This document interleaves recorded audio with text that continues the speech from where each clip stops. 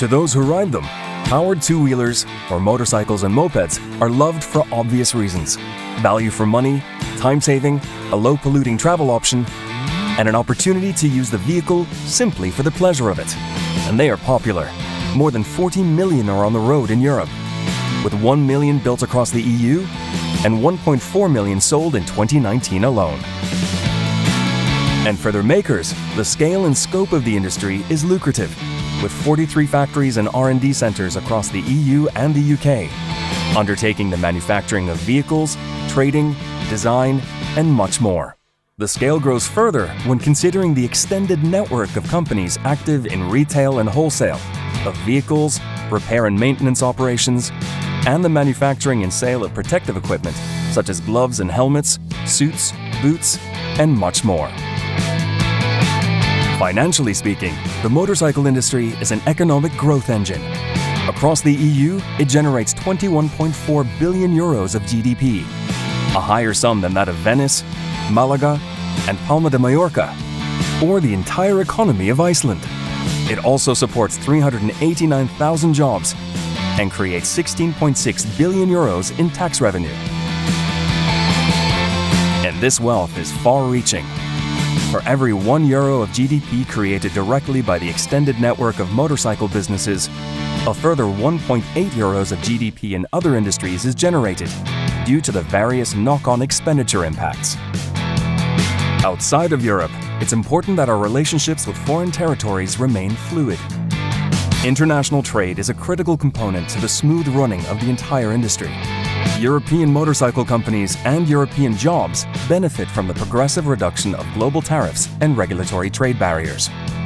Our reputation for delivering quality products also sees the international sale of 2.1 billion euros in vehicles, parts, and components to non-European customers in key markets including the US, Switzerland, Australia, and Japan.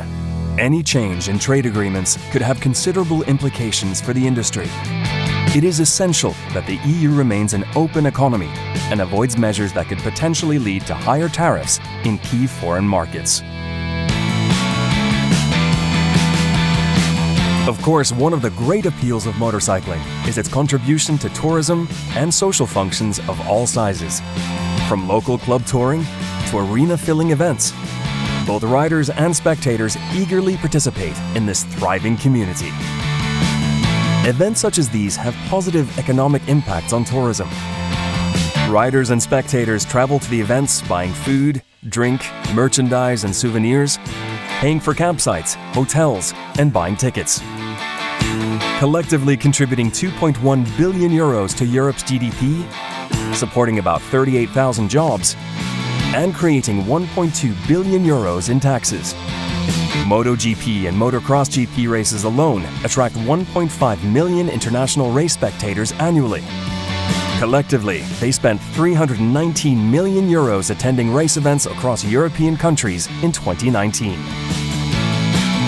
But to see the biggest societal impact, look no further than our own cities and towns.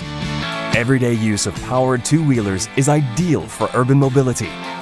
Trips in high traffic zones, short traveling distances, and requiring limited space for parking. They save enormous amounts of journey time.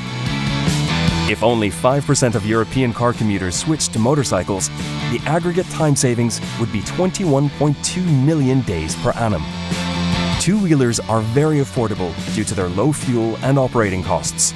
Commuting by motorcycle costs about 1/3 of the amount needed to use a car. And environmentally speaking, the average two-wheeler on the streets emits less than half of the CO2 of an average-sized car. Even better, the more common smaller two-wheelers produce even less than that. So it's clear to see, powered two-wheelers offer significant benefits to the European economy, to European mobility, to European citizens, and to the environment.